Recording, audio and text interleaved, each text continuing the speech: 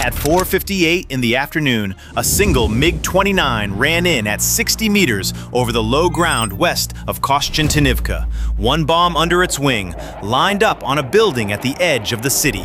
To reach it, the jet would climb into the open for 8 seconds, and everything the Russians had was pointed at that sky. Long-range radar, missiles built to kill aircraft, jammers, guns at the last mile, a whole air defense sector, all of it live, all of it working. It wasn't enough. In a few minutes, the building would be gone, and the crews inside, the men who'd spent weeks turning that ground into a hunting range for their drones, would be gone with it. They never knew the jet was inbound. One aircraft, one bomb, against all of it. 11 minutes earlier, none of it was in the air yet. High over the industrial edge, a small Ukrainian reconnaissance drone circled one building. Inside were Russian drone operators, an FPV crew steering small attack drones by video. The reason nothing Ukrainian could move on that stretch of front. As the drone watched, one of them stepped out, raised a drone of his own, and sent it up toward the Ukrainian lines. The crew was there, and it was working. That started a clock. A drone crew that senses it has been found can pull its gear and move on in 20-30 minutes, leaving an empty building behind. The strike had that long and no longer. Artillery was no answer. Shelling a block to reach one room would flatten the street and miss the crews. It had to be one bomb through one opening while the men were still at their screens. The aircraft carrying it was a MiG-29, a 30-year-old Soviet fighter. It had come off a dispersed strip in the rear and dropped to the deck, holding 50 to 100 meters the whole way in at 1/4 kilometer a second, below the radar horizon behind the curve of the Earth. Under its wing rode an AASM Hammer, a French guided bomb, a 250-kilogram body with a rocket motor that carries it more than 70 kilometers from a low release. It flies on satellite and inertial guidance, and in the last few kilometers, a camera in its nose wakes and matches what it sees to a stored picture of the target. Once it drops, it does not need the aircraft again. So the trade was simple. The MiG would show itself for a handful of seconds, throw the bomb, and run. Everything after that belonged to the bomb. At 4:58, the trade came due. The MiG hauled up off the deck, nose rising through the clutter into clean air. The instant it did, it stopped being a rumor and became a contact. 12 kilometers off, orbiting at 2,000 meters, an Orlan 10, a small Russian spotter drone, the eyes the ground crews cannot get high enough to have themselves, caught the climb in its camera. It could not tell what was under the wing. It did not need to. It had a bearing, and it passed it down. Farther back, an S-400 battery took the same climb on radar and threw a track across the sector net. On paper, the S-400 is one of the longest reaches Russia owns. It can hold aircraft close to 400 kilometers out. But range was never the problem here. The MiG had ridden the whole way in behind the Earth, and the same climb that lifted it into the S-400's radar was already tipping back toward the deck. The big battery could see it, for seconds, but it could not hold a low, fleeting target long enough to trust a shot at that distance, and it did not have to. Something closer was already pointed at that patch of sky. That something was a Buk M3, a medium-range missile vehicle built for exactly this, killing aircraft. 6 missiles sat ready on the rail. Cued by the Orlan and the big radar, its crew had their own set turned toward the pop-up sector before the MiG finished climbing. Their radar found the fighter and locked. Inside the vehicle, it looked like a kill. The aircraft was in the envelope, well inside the 60-odd kilometers the Buk can reach against a target like this. 6 rounds loaded, a hard track on the screen. This was the shot the whole vehicle existed to take. Then the crew ran the numbers, and the shot was gone before it was ever fired. The Buk could reach the MiG easily, but the fighter was already nosing back down toward the terrain, and it would only be in the open for 8 seconds. Turning a lock into a missile takes a Buk longer than that. Settle the solution, commit a round, hold a track while the missile flies.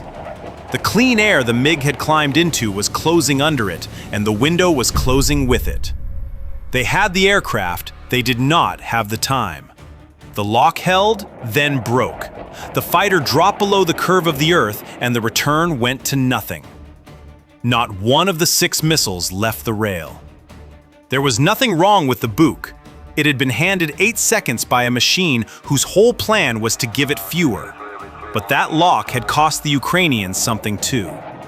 The lock was the reason the MiG could not linger, could not line up a careful pass. The pilot took the shot he had, not the shot he wanted. At the far edge of the window, at 40 kilometers, he pickled the bomb and rolled hard for the deck.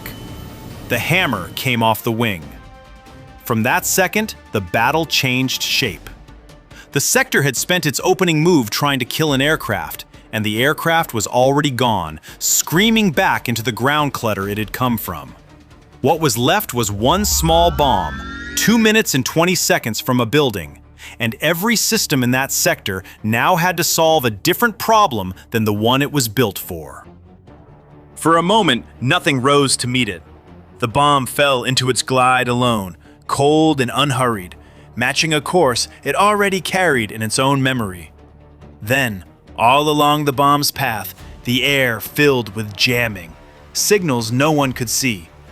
Strung along the industrial belt were the jammers, a Pole 21 network, 3 emitter posts bolted to masts across the sector, and a Jitel, a truck and trailer station that can smother satellite navigation for airborne users more than 50 kilometers out. Together, they flooded the GPS band the length of the bomb's run. This was their whole reason to exist, to take the satellite fix away from a weapon like this and let it wander. And it worked. The hammer lost its satellite correction and fell back on inertial memory, dead reckoning, a running guess of where it was. Without the satellites to trim that guess, the error crept in, meters and then tens of meters, growing the longer it flew. Against the weapon that steered on satellites alone, the jamming would have been fatal. The hammer wasn't one. It had crossed most of its distance before the jamming even reached it, and for the last stretch, it stopped listening to the sky and hunted for the building instead. In the final kilometers, a camera in its nose opened, found the shape it had been sent to hit, and steered in by sight. The jamming had done its job. It just broke a link the bomb had already let go of. The drift still cost it, though. By the time the camera opened, the lost satellites had pushed the bomb's aim a few dozen meters off, and the stored picture no longer sat on the real roofline. The seeker had to drag its aim off the empty ground and back onto the building, with only the last kilometers to do it. It found the roofline, but the fix ate into the little flight it had left. Inside the last 10 kilometers, the bomb tipped into its terminal dive and the guns woke up.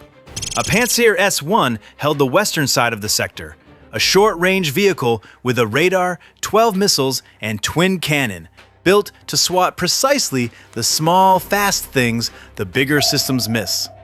But a target this small, diving this steeply, only came up on its radar inside 6 to 10 kilometers. From there, a bomb falling at nearly 300 meters a second left the crew perhaps half a minute to find it, solve it, and fire. Its radar caught the hammer high in the descent, a hard, steepening return dropping toward the city, and the crew took the shot they were built to take.